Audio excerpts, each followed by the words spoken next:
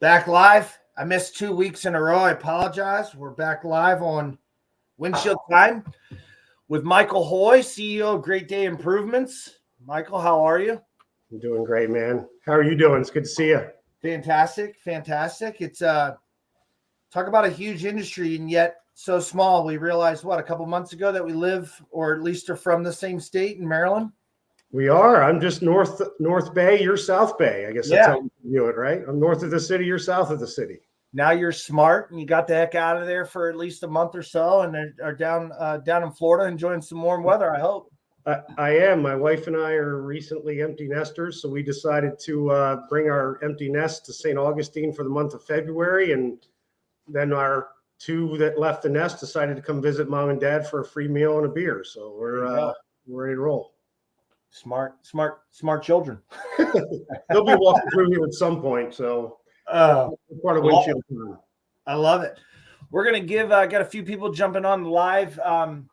Gives it a second for everybody to get logged on. But if you don't mind, just in case people don't know kind of your background, if you wouldn't mind giving us a summary of what got you to where we're sitting here today. Yeah, you're familiar with Maryland. So I grew up in Baltimore City as a kid. Two very entrepreneurial parents. One had a auto repair business and a gas station, and my mother started one of the very first video rental places in Baltimore. This is before Blockbuster and Errol's and all those. Wow. And I had a scholarship to wrestle at Iowa.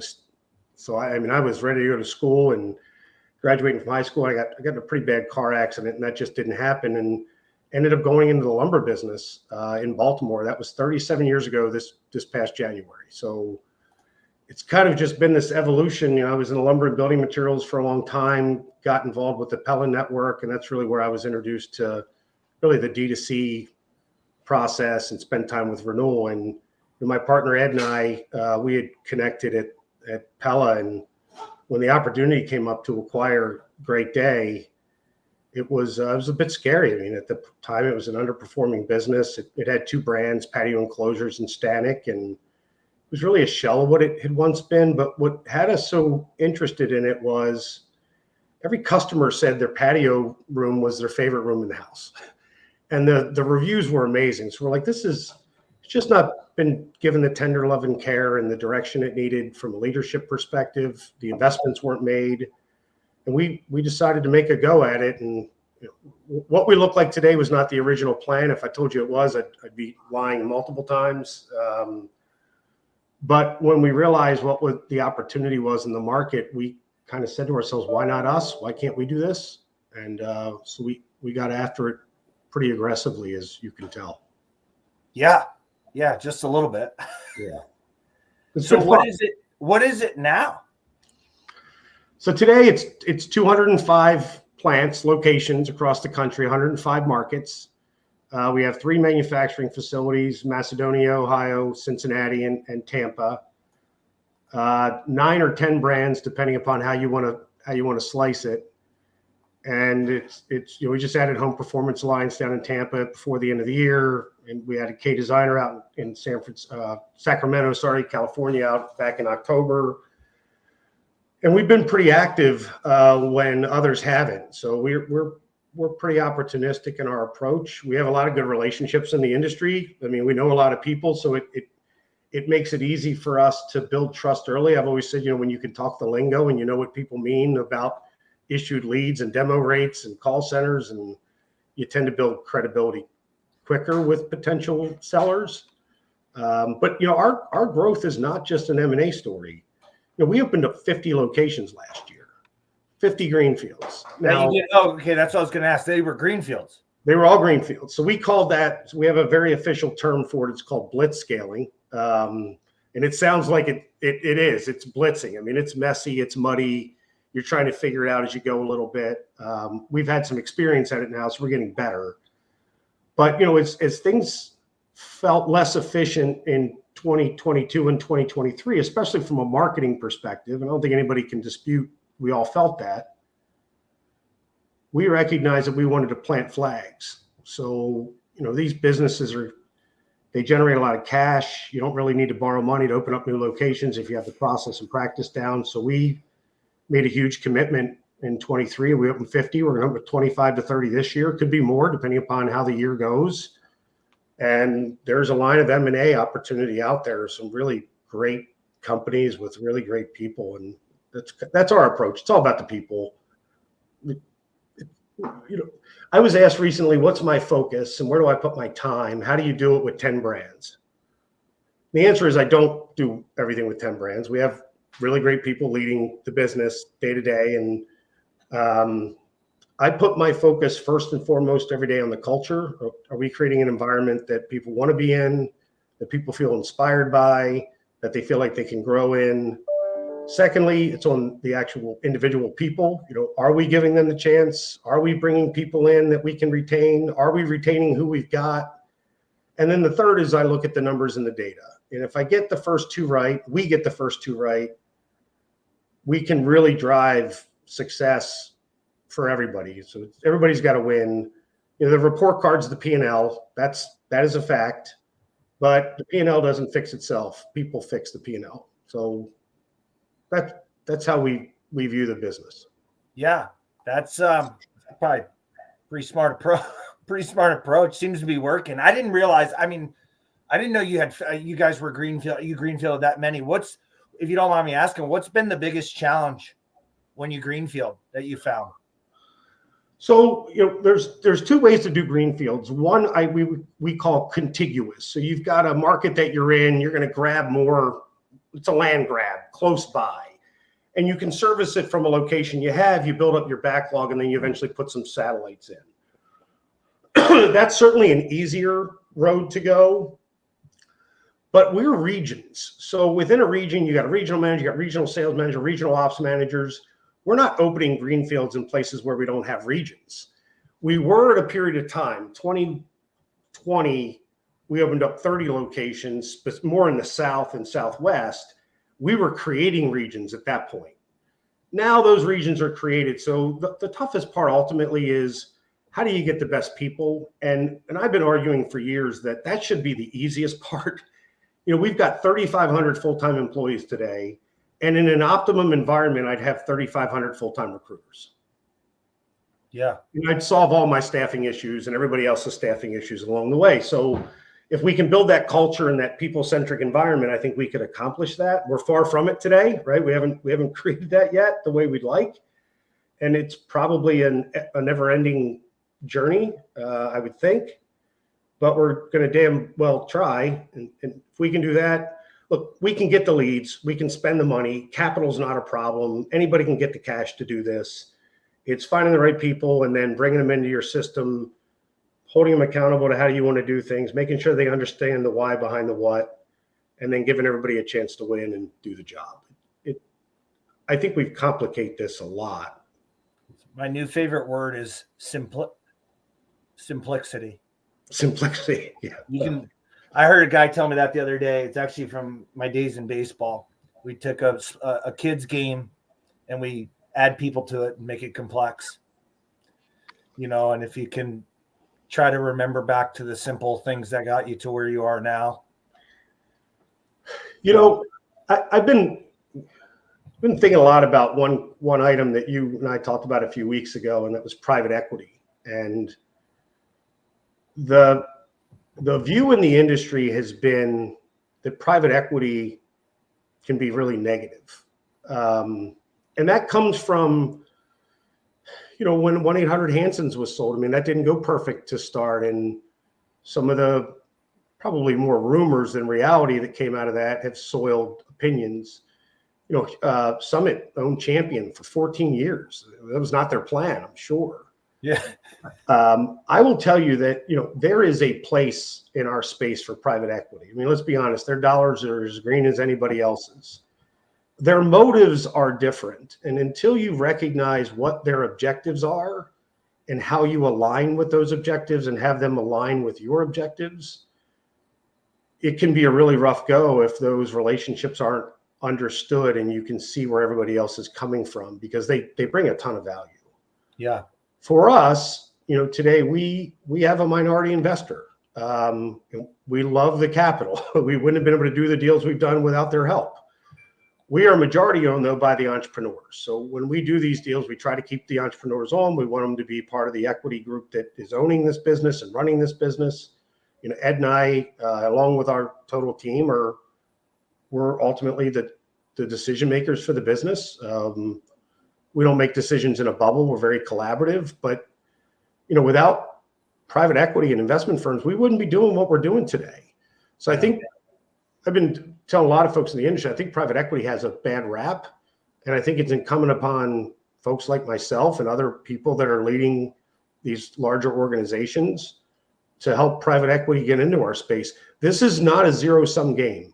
I want Renovo, Renuity, Leaf. I want everybody to do well, because if they do, that means we're going to do well. It's too big of an industry for everybody not to get some. Yeah, it's a valid, and I know it's a real concern. Like I said, even if it's not based in reality, it's how it's perceived, right? Mm-hmm. And that's our conversation about it a couple of weeks ago was awesome, because you're like set the record straight around thing. But I think you hit the nail on the head. I mean, if it's just like with any relationship, if everybody's clear with their expectations, then you just make a decision: is this what you want to be a part of, or you don't? If you're, you know what I mean? And then it's clear. But if there isn't transparency around, at least at key levels, to say, hey, then everybody's rowing in the wrong direction. Yeah. The other thing that I think, so I've had a few folks go, what makes Great Day different if I was considering selling my business or joining one of these businesses that are owned by an investment firm? And I'd say the one big differentiator for us is we've actually run these things, right? So it's not like we're sitting in some ivory tower throwing lightning bolts and telling people we don't understand why your cancellation rate is what it is. I mean, we can look at it and say, we get it, right? I mean, shit doesn't always go well, and you got reps that are closing with this. And so that entrepreneurial spirit, that kind of drive to always be improving. And we laugh at ourselves a lot because we go, great day improvements. I mean, improvement is in our name. It's what we should be doing. But for anybody who's in this business, it's a daily grind. Reps are going to the home today. They're trying to get a deal today. They showed up to a one party, then they went to nobody was home. Then they went and got bit by a dog, and they go home all pissed off, and they get in their head, and the leads suck. And then the next day they have to do it again. So this whole business is very much a today business. And your mentality has to be, keep your rear view mirror really small to yesterday. Learn from yesterday, apply things that were really good, the shit that didn't go so good, throw that out and move on to the next day. That's not how everybody thinks. But in this business, the best of the best do it that way, right? That's how they think. So that requires a degree of grit and get shit done attitude. I think that's where we are a little different, in that the guys running this business with us, that's how they think. Yeah. So I think that approach is a little different for us. The other approach is different is, when we partner with a new company, we use Home Performance Alliance as an example.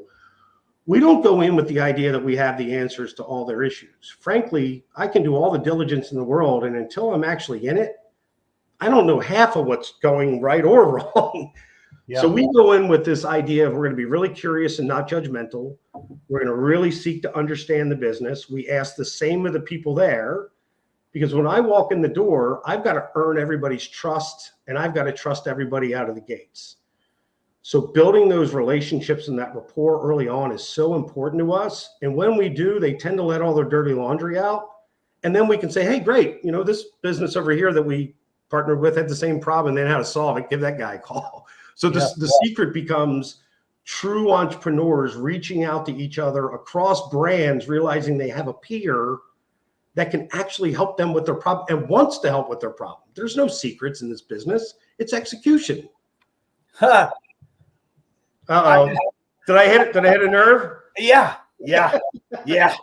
Because and it's nothing against, as I told you earlier in the week, I was in Florida earlier this week with a conference, and and good for the people doing the conference, because I'm assuming, I would like to think they did pretty well financially on it, and that's great. But you see the same faces, the same people spending, money to go there. Obviously, I think some of it is they like to get away. So there's nothing wrong with that, obviously. But the thing that never gets said or really dialed in on is, self-discipline to execute every day. Like there's nothing groundbreaking. Everybody's looking for the new shiny object, especially in our business. It's very simple. And I say this pretty seriously, but there's a lot of successful owners that aren't very smart. And there's a reason for that in our business, because you don't have to be a Harvard grad. No, actually, I was pulling up my notes from what I do a presentation every time we bring a business on. Yeah. And I do this thing called Insights from Hoy. And it's like focus, prioritize, and attack the most critical aspects of your business, not the most enjoyable ones. It means doing every single day, month after month, year after year, often decade after decade, sun up to sundown. You've got to grind. And it does, I don't care how smart you are, what your knowledge is, what your strategy is, but if you can't beat the person that's going to outrun you, it really doesn't matter. So while there is strategy, right? And there's some really good, smart people in this business that have great strategies. Our strategy is really simple. There's 6 key elements or pillars to our strategy. One, we aspire to be customer obsessed. If anybody says they're customer obsessed today in their entire organization, they're probably not being honest with themselves, because there's a problem somewhere. Yeah. The idea of no customer left behind ever. Don't leave a man on the battlefield. Take your customer, pick them up, and help them. We're one of the few that have manufacturing. So transforming the manufacturing business, so what happened during COVID never happens again in terms of the supply chain and the disruptions and the quality that we all experienced.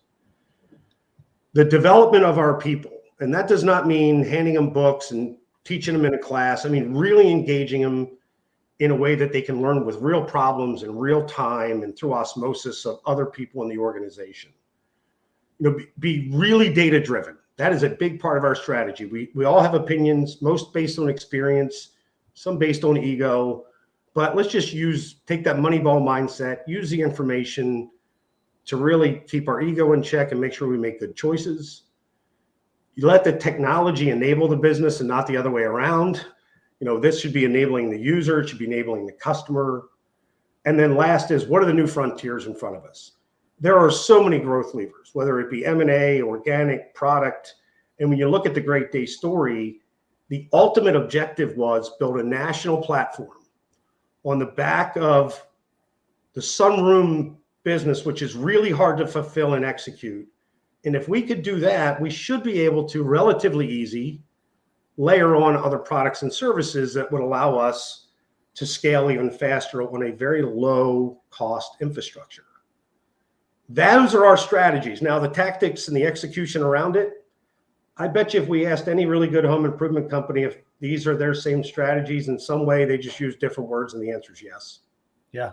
And they're just figuring out how to do it. And, we were at the Qualified Remodeler back in September, whenever that was, with my partner Ed and I. And we said to everybody on the stage, we don't have this figured out. We could use your help, and we'd love to help all of you. There are no secrets. If anybody wants to reach out to us and pick our brain or talk about a problem they're trying to solve, I am open to talking to anybody. And all I ask in return is they would return the favor. Yeah. Yeah. No, that's how you were with me. I know that. Hence why we're kind of here today too. But it's funny. I just pulled it out while I was sitting here. I give this book out it's a pamphlet as like almost instead of any business card, because the total message, the new common denominator of success, it was actually a speech back from Albert Gray in the 40s. And it hasn't changed, but it's the whole premise of it is successful people are willing to do what failures won't. And it sounds harsh, but what he goes on to say in the book is it's the same shit that neither of us like to do. That's why success is so uncommon. It's not that we only go out and do the fun things. It's the stuff that no one wants to do. The one piece of advice, if I go back and think about, when I was young, I was pretty cocky. Ego was pretty big. Yeah. And I got humbled a couple of times and realized I needed to keep myself in check. If every person has strengths and weaknesses. And if you can be really self-aware as to what they are and understand that balancing yourself out in a work environment or a marriage or anywhere else probably means you need to put somebody on the other side of you that helps balance some of those weaknesses, and you then help balance some of their weaknesses. So what we all focus on too much is getting better at the things we suck at, when in reality, I think we should try to get better at what we're already good at, because it buries all the shit we suck at and it doesn't become as obvious. And then two, put folks around you that are really good at the stuff that you can't do well, you're not going to do well, you're not going to focus on, and it's easier said than done. Because if you do that, all of a sudden, you know, it's trust, there's partnership, there's magic that happens there. And it took me a long time to learn that. It took me a long time to learn that. Look at it this way. Me and you're on the same page about this. And it's not going to be scientifically proven, but I was telling this to our guys the other day, if I've got a fundamental, we'll just say selling, because that's more my background with it, but it doesn't make a difference. If I'm fundamentally strong at one step of the system, and you know, I'm a 7 on a 1 to 10 scale, and then I'm a 3 or a 4 somewhere else. If I increase them both at the same clip, I'm at 10 at, say, closing or maybe company story, right? Whatever. And I'm still only a 6 at that other thing. And I know in sales, you got to somewhat work on your weaknesses, but man, I tell you, I'd rather be more closer to a 10 in one of the steps or one of the parts, especially if it's a key fundamental, and just understand my weakness, recognize it, don't ignore it, but trying to put all that effort to only getting that, you know, incrementally better. It's not going to, you know, and then in the case of you, where you're saying, like, I can hire somebody to be really good at that actually enjoys it, maybe too. It's something. Yeah. Here, I don't know what the industry standard is here. I know that whatever it is, it's bad. The number of salespeople we turn and recycle, but turn, they come into our organizations and don't make it, is pitiful. Frankly, I think it's embarrassing. Yeah. And when none of us have figured this out perfectly yet. So I'll brag here a little bit. My future son-in-law has never sold in his life. He wanted to get into the business. I'm like, this is cool. I have somebody in the business that's family, right? Yeah. He started in December at Universal Windows Direct. And he said, Mr. Mike, what's the thing I need to do best? I'm like, you need to obsessively study the system. Like, I need you to remember it in your sleep. I want you to have dreams about it. And I knew he would actually do it. There's a lot of people that won't put that type of effort in, either because of time or whatever it was. But Thanksgiving, he had the script and he's at our table reading. I'm like, dude, you're not selling Windows today unless you want to practice. I'll practice with you. Yeah. So he learns the script. He goes out on his own. And in the first month, his close rate was 70% and his NSLI was like $9,800. Wow. And I said to him, so what did you do? He goes, well, you know, the first couple, I sounded very scripted, you know, but then I realized, I said, well, Josh, just hang on a second. You know, when a director or producer goes to Tom Cruise and says, Tom, read this script, man. I want to know if you're interested in this. And then he goes, Tom, learn the script, man. All right, now apply Tom Cruise to the script, but you can't do that until you've learned the scripts. For every rep that's out there who's new or still trying to figure it out, he's out there, I think. He's getting called out. Oh, is that okay? I see. Yeah, there he is. He's getting love it. But I'm very proud of him. He's figured it out. That's it. The fact of the matter is if we could get the script and the process down and the why behind it and really memorize it to the point of obsession, then you can apply yourself to it. And look, if a young man like this, who's never done a job like this, can come in and create those types of results, and he's driven for that improvement, I don't know why everyone can't do that. Yeah. So it's been so fun to watch, because it's like, this can be done. This can be done. Yeah. So, it's funny. I've that kind of analogy around acting. It's we've used it before a little bit too, but in the other sense is when you have a new guy who comes in and it's almost back to like say Tom Cruise. Well, Tom Cruise before he became Tom Cruise from Top Gun, he probably didn't walk into many script readings and say, I know you wrote it this way, but I think it'd be this way. Now, fast forward to today, one, he's a director, but like now he probably has a little bit of credibility to say, hey, I would tweak this. But in the early days, it's like, no, I'll read, like you said, read the script. And we talk about that often where it's like, hey, man, I get it.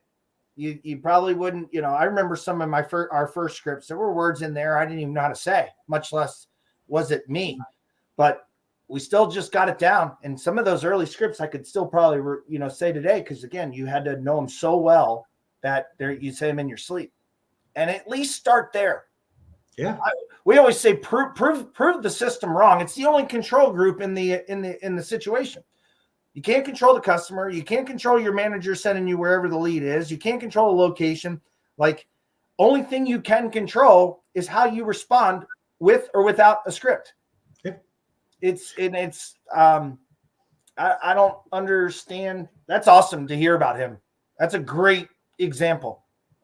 So what's interesting, I've had the opportunity to be all over the country, and everywhere I go where there's performers and non-performers, good, bad, and different, whatever you want to call it. The one thing I hear a lot is, well, you don't understand our market. It's just different here. It's the biggest line of bullshit I've ever heard in my life. And frankly, there's companies on here that are doing 5 million, 10 million, 50 million, 100 million, a billion, whatever it may be. We all have the same problems, all of us. It doesn't change anywhere we go. The good news is, though, if you can get the people part right and the culture part right, then you'll get people that will come in and find ways to improve things you never thought needed to be improved. It's like I always say, if you steal an idea from me, you've stolen twice, because I took it from somebody else and just tried to make it better. And I don't have too many original ideas. This is not that complicated. At least to get a foundational level, and then you can of course expand your horizons, especially as a sales rep, of course. But foundationally, we need consistency, and it doesn't. And I think some of that, back to the hiring thing you brought up, something we're focused on heavily right now is, setting proper expectations. Right? There's nothing worse if you set it up that it's X, Y, and Z, and it's not X, Y, and Z. I don't care what you do. You're going to have you're going to have friction. I'll tell you, this is not just our industry. I mean, I think this is a really wide area of problem for all businesses. Most hiring managers have not been taught actually how to interview someone and put them in the job before they start. So we don't prepare well for interviews. They get to our office, we're running late, they're nervous. We don't make them any less nervous. We don't talk to them the way, we don't ask them questions the right way. This is a common issue. Another piece of advice I'd give folks, if you're a hiring manager today, go find either someone that does this well, or go find resources to help you learn how to bring good people into your organization. Dustin wrote the book on this, literally wrote the book on this. There's got to be a better execution of that, because we are not doing ourselves any favors in bringing folks into our organization. So that whole onboarding process has to be better. Nobody wants to come somewhere to work that they don't fit. We shouldn't be hiring a lot of the people we hire, and it's not their fault. It's our fault. Yeah. There's a good book out there called Legacy about the New Zealand All Blacks, and they talk about the culture of that team, which is the winningest team in sports history in any sport. Great book, highly recommend it. But one of their principles is better people make better All Blacks. Meaning, it starts with hiring the right people, getting them on board. Like if you hire, like in their world, if they bring in somebody that's cocky or has an ego into their organization, it's gonna crush the entire team. Yeah. And setting that expectation is so critical. And you know, you see sometimes when guys and gals leave an organization and they do something stupid as they're on their way out the door. And I'm like, you know what? That's probably wasn't the right person from the start if they act like that. Or, yeah, and how do we miss that? I'm not saying we're going to be perfect, but how do we miss that? I mean, so much of this is about the fit and defining in your organization what you really are looking for. There's a simple way to do this. Used to say, you know, if you took every job in your business and could boil it down to what are the 5 skill sets that person has to have to be successful? And then what are the 5 things that they have to do in year 1 to actually be successful? And if you could just ask questions around getting them to prove to you that they have the must-have skill sets and they can do the must-dos, it'd be a quick interview. You'd get a lot of information. It'd probably be super engaging, and you'd probably find the right person more often than not. But it takes time to set that up. And the hiring manager has to be disciplined with preparing for every interview. yeah, And if you're not, you're going to have more failures than you'd like. yeah, I think, Dustin's book is awesome around it, especially for sales, and how he conducts an interview is, I mean, and I think some of it in sales side is, you know, are you hiring for a number, right? Capacity problems. And you may solve short-term problem, but not long game. And I think that's a whole nother conversation is getting people that want to play infinite games with you, right? And go long game, not just here to make a buck. You know, the part of our job in the industry is to promote our industry.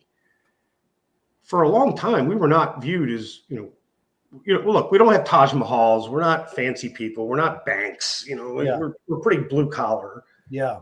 So, and traditionally, we also haven't been very sophisticated. I think that's changing with the tech stacks and the people that are now coming into the business. But if you're a young person coming into this, we're not overly sexy, right? The money might look sexy, but we're not sexy. So I think we got to find a way to look sexy as an industry. Part of that is how we're selling the idea of who we are in our business to someone coming in the door. And we got to find out, we got to be really honest with them. You're going to work evenings and weekends. Let me tell you what that's actually going to be like. Let me tell you how many times your spouse is going to be pissed because you missed something. Yeah. Let me tell you about the 3 appointments you're going to run one day that are all not homes and how you're going to feel about that. Now, let me tell you how to correct your attitude around it. Let me tell you how that really works. And what I want you to do is learn that yield, NSLI, is really the only thing that matters. And if your NSLI is $3,000 and you're making 10%, every time you hit a door, it's worth $300 to you. And that's how you should view it. Yeah.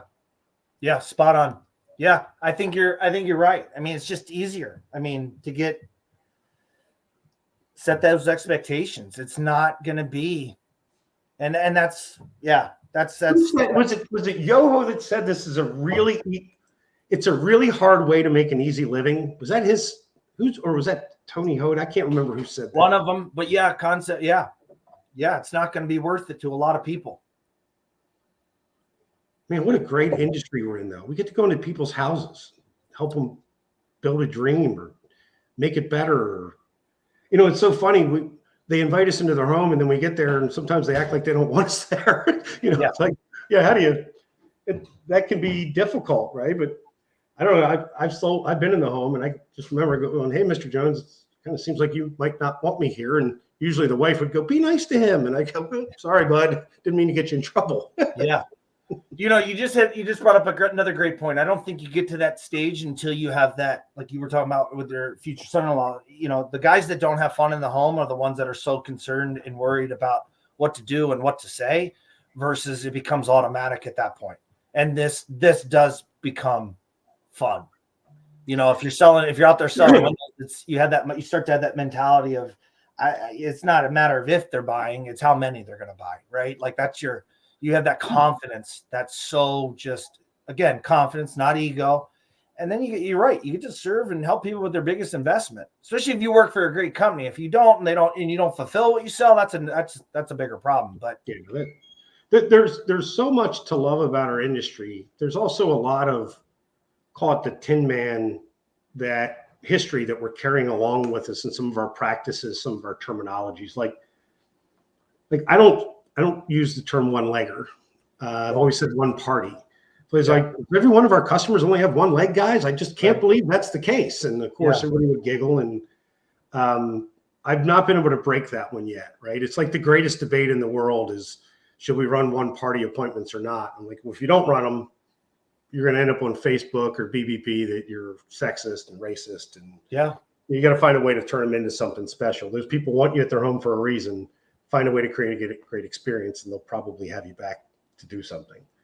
There's just so much in the industry that we've carried along. And I think that there's a huge opportunity for this next generation to help professionalize what we're doing, carry that flag forward. So I was asked recently, is there a legacy that I would want to leave? I'm like, first of all, I'm too young to leave a legacy yet. I'm not there. But I got nominated for this Legends Award with Yoho and got it. I was like, I didn't even know what to say. I just thought at first I thought it was ridiculous, if I'm being honest. And then I was like, this is a big deal. So if there's a legacy I'm leaving in the industry, I hope I've already left it. But now what do I leave it to the industry for the next generation and for Great Day to the people there? And I think it's the Joshes of the world where I'm going, I have a lot to offer, a lot of experience, and I've met a lot of people. And, how can I help that next generation do things that we could have never even imagined?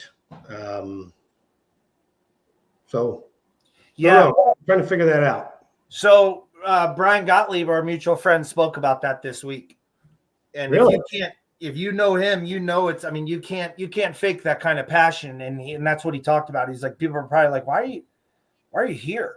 Like, and he's like, I have to give back. It lights me up inside to do it. And then someone at that level, right? It's not, he's not trying to be an influencer on some Facebook group. Like it's, I don't need anybody's money. It ain't for the money, right? Type thing. And that's another level. But yeah, you're right. I think I would love to see somebody bold enough to take the chances on some of the things, especially go-to-market strategy, how we sell in the home. And it's hard to remain disciplined and say, nope, this is the way we're going to do it, or we're not going to tolerate X, Y, and Z that like you said, Tin Men. Let me tell you what's coming. And there's a couple companies out there that have done it successfully. And many of us did it during COVID, where we were selling virtually through Zoom. We were setting appointments online. We were pricing online. And more often than not, we experienced the customer saying, well, gee, this sounds really great. I guess you're going to need to come to my house. And then that got us in the door, right? So it was a value building process. But look, you can measure a roof now and never go to the house. You can measure siding and never go to the house. And you could probably create a pitch online that somebody would buy it online. People are buying cars online and they haven't driven it yet. Yeah. So I think we all need to be prepared that that's coming. Yeah. And I know a roofing company that has not gone back to in person. They've remained virtual. So now they literally have 5 designers sitting in a room on screens. And then I have another mutual friend who has leveraged the relationship with Provia Doors and the technology they have with EntryLink, and they sell all their entry doors online, virtual, because they can do it right there in the comfort of their home. Solar is doing that. Yeah. So if solar can do it on a big ticket item, you got to believe that somebody's going to figure out how to do it on something else. I mean, we've looked at it. We recognize the power of the people in the home, but I do think there's an opportunity to use the technology to help us get into the home and build that trust before we've ever arrived at the door, so they don't have their arms folded and telling you they're not buying today, right? Yeah. There's another way to do that and set the rep up for success.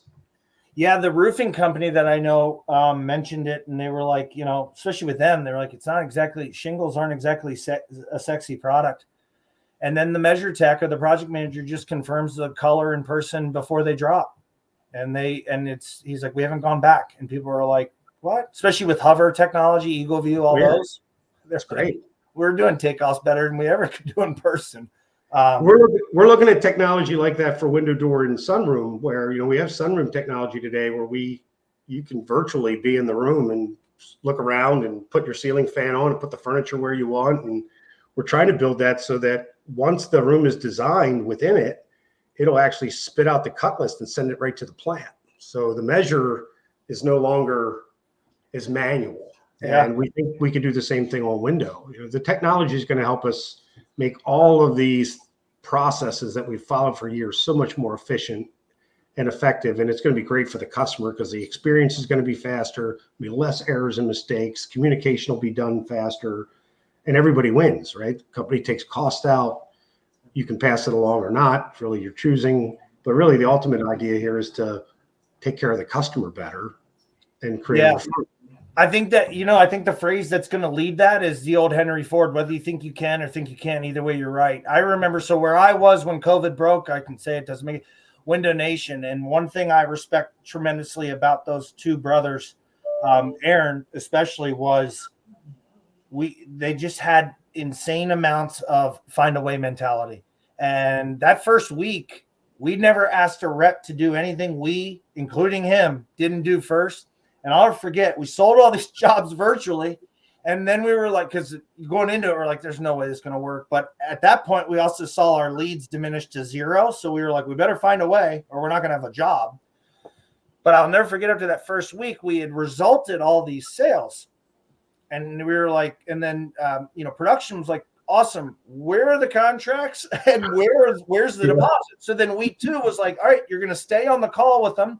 You're going to run financing. You're going to send them the link for the deposit and the contract, and they're going to sign while you're still on them. And at first we're like, no, what? Oh, come on, this is all. We did it. You know, whether you think you can or think you can't, either way, you're right. And I think that's going to be the deciding factor for whoever's bold enough to say, no, there's a way. Well, we all did it, right? We had a saying during COVID, God, the laws and the rules, whatever they were from state to state, our mentality was, we're not going to do anything that's unsafe. There's health and life. There's also livelihood. And we didn't want to do anything that was going to put livelihoods at risk for people to be able to support their families. So it was a balance beam, and we're learning, but all the rules were so gray. So I think, I remember it was Drew in our company. He's like, well, gray means go. If it's gray, go. And we're like, oh, there. So we've been saying gray means go for 3 years now, because we're like, if it's gray, we're going. Let's get to work and get it done. Yeah, we had markets there that were totally, Maryland was okay. We were considered whatever. Hogan was reasonable.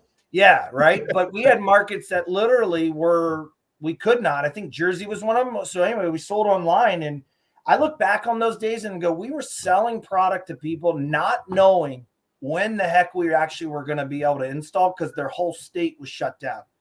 But they bought.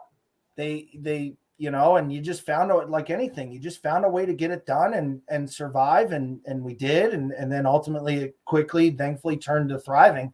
What do you think about challenges, or have you seen challenges with now the COVID bubble? Call it what you want. It's popped, it's gone.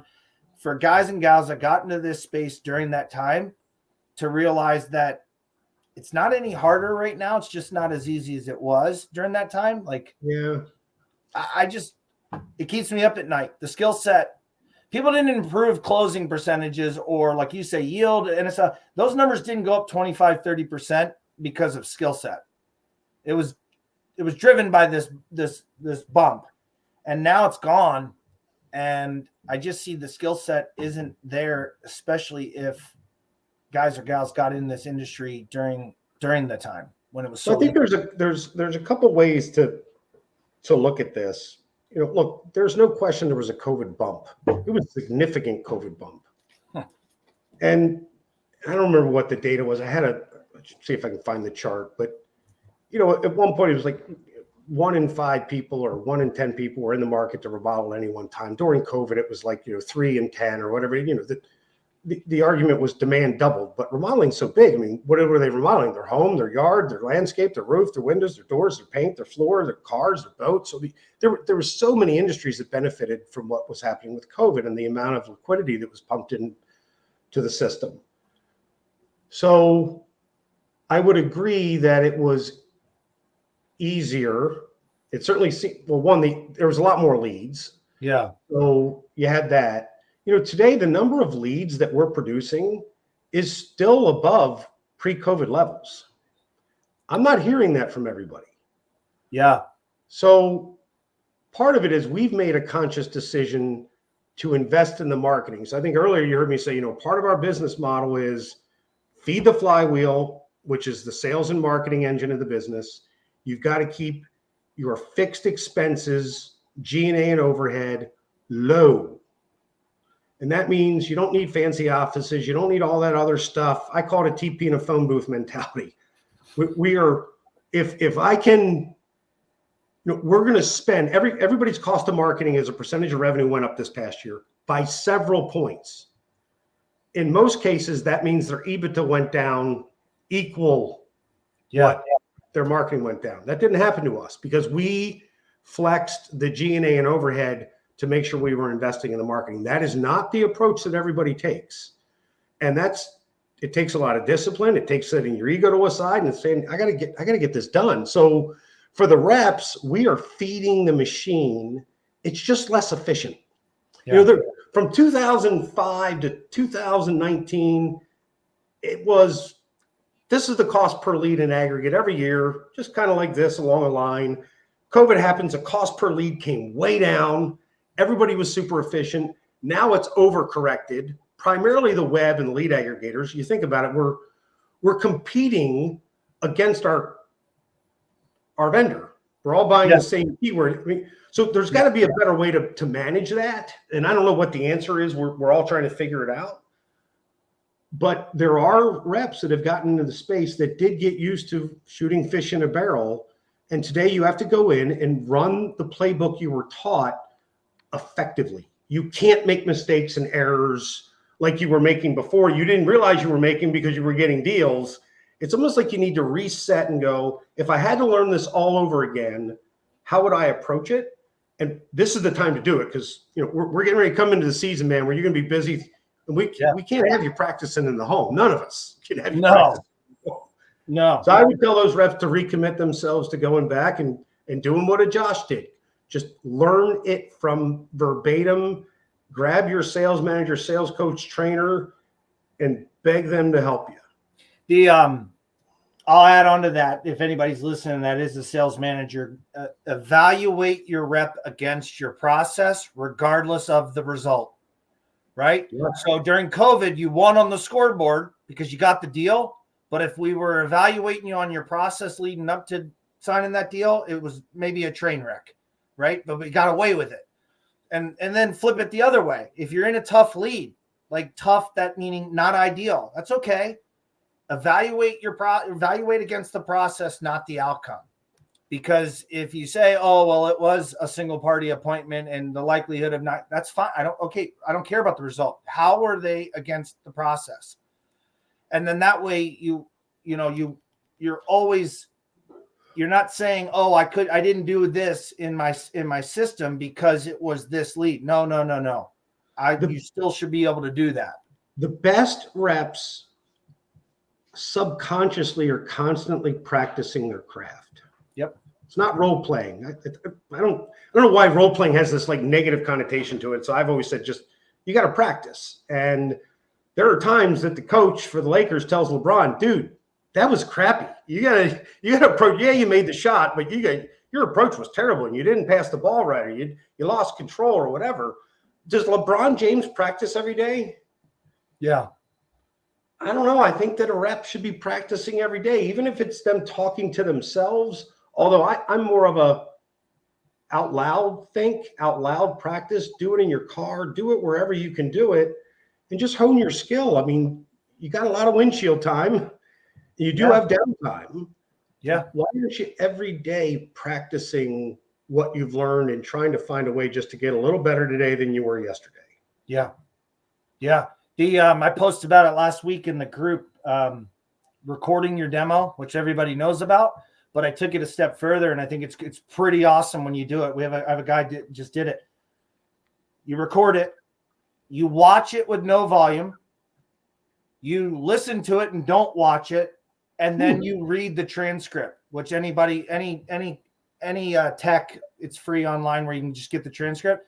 So you basically look at it 3 different ways, and it is totally a game changer, because now you see where your awkward pauses are, or ums and ahs and all those with the transcript. You watch your body language when you don't listen to it. Just mute it and watch your body language, and you're like, oh my goodness, I do that, and you pick up so many neat things. And the cool part about our business, though, is that practice usually correlates into some kind of increase in income. I don't think, versus if I was like some salaried type thing where it's like, hey, we want you to do more and improve. And you're like, yeah, well, I still get the same result. With sales, man, you can increase your income with all that practice. How is it bad? I don't know. How is it bad? Especially if you look at it and you're set up the same way, where most companies are. Like, the hardest part of traditional selling, or the worst part of traditional selling, we eliminated it in our industry, which is prospecting. So all you literally have to do is focus on becoming a better presenter. Yeah. And communicator, right? It's just sales to me is just another form of communication. And look, we're not convincing anybody to do something that they said they didn't want to do. We're just trying to get them convinced that we're the right solution. Yeah. Is it? Yeah, I don't know. We have complicated this more than it needs to be. And the good news is we're in somebody's home. The bad news is we're in somebody's home. We're in their cave. We've got to create that trust and credibility and rapport really early on. We've got to ask really good questions that we genuinely want to know the answers to, not just because it's self-serving so they can't overcome an objection at the end, or we've created our sales methodologies, our fulfillment processes all around what's good for us. Yeah. And it hasn't been as customer centric as I think it needs to be. So we have to unlearn a lot of what we've learned in this industry to actually move ahead and be whatever this is going to be next, which will be well beyond my time here. But that's good to see someone at your stage, CEO, talking about it. Because most CEOs, let's just be honest, they're looking at the P&L and they'll turn a blind eye to it. Like, you know what I mean? In terms of like how we sell in the home, they'll be like, oh, well, it works. Like, yeah, this is by complete chance, man. I was at the right place at the right time a whole lot of times. You do make your own luck to a degree. I do believe that. But, I do look at the numbers, but as you heard me say, I mean, it's the culture first, the people second. And if we get all that right, I'm focused on the numbers. And if the numbers aren't coming, and the objectives that we said we could reach, that we agreed we could reach, and we had good plans to reach, then I just go back and go, are we executing what we said we were going to execute? And more often than not, it's a pretty simple answer is we're not executing optimally. We need to take a step back to get it right. That's the essence of what we're all doing anyway. We're just obsessive about it. Yeah. We're changing our KPIs to be based around activity, not like things that you see on the P&L. Those are you can't manage them directly. That's the result. But so if you break it down and go backwards and you find out and you say, okay, if I'm a sales manager, it's this many rides, like the activities, how many hours do you spend coaching a rep? Or if I'm a sales rep, how many hours do I spend on my thing? Not looking at just the typical KPI scorecard, because you can't control it. But I can control it. It's always a rear view mirror. Yeah. Yeah, and it gets and it's a big shift that we've done where, I get it. I got to deal with PE on the results, but I in terms of the guys and gals, I want to see how many hours did we spend coaching reps? How many hours did we train this week? How many, and make sure the inputs are correct that we actually can control. And then I just believe at that point, the scoreboard will fix itself. And if it's not, then we make adjustments to the input. Yep. But I was joking with our team. It's why Nick Saban used to run down the sidelines screaming up 50-0 against little, sisters of the poor. It's because he's so adamant about process. So when things go wrong, there's only 3 reasons they go wrong. The first and the most common is we have a process. For the most part, it works. It's not broken. Sure, it could be improved, but we're just not consistently following it. The second reason things go wrong is we have no process. Everybody's haphazardly doing whatever it is they can do, and it's inconsistent, and we're very rarely getting it right. The third is we have a really good process, we have a really broken process, and everybody's following it to a T. I don't see that very often. Yeah. So usually it comes back to, how did we agree to do something? How did we say was the best practice, the process, whatever you want to refer to it as? And let's not beat people over the head with the process club. Let's just recommit to what we said we were going to do to begin. And then if they keep doing it the way they want to do it, then you beat them over the head with the process club. But otherwise, it's how do we coach people up, teach them, inspire them, see the why behind the what. And then if it happen, maybe we're not for them and they're not for us. Yeah. Pretty simple. No, I mean, talk about keeping it simple. That's the best way to do it. Yep. That's it. Michael, I appreciate it. I know Awesome. you're enjoying some time off or at least away. So I appreciate you taking the time out of your schedule. It's like I said, we're really happy. My wife and I are down here as empty nesters for the first time in St. Augustine. So we're gonna head into town tonight. We're gonna do a ghost tour. So the first time I've done that here, and I'm really looking forward to spending the month here and working from here. And you're Michael, just so everybody knows, you're in the group. You're fine with people messaging you through Facebook in the group. Anytime. That's okay. Anybody can reach out. I have a lot of people have friend requested me from this group, and I usually accept them all. I will absolutely spend time with anybody, and frankly, I get just as much out of it as they do. So I'm looking to learn as much as they are. That's awesome, Michael. I appreciate it. Thank you so much. Thanks, bud. It's good seeing you again. Take care. Talk to you. Bye. Yep.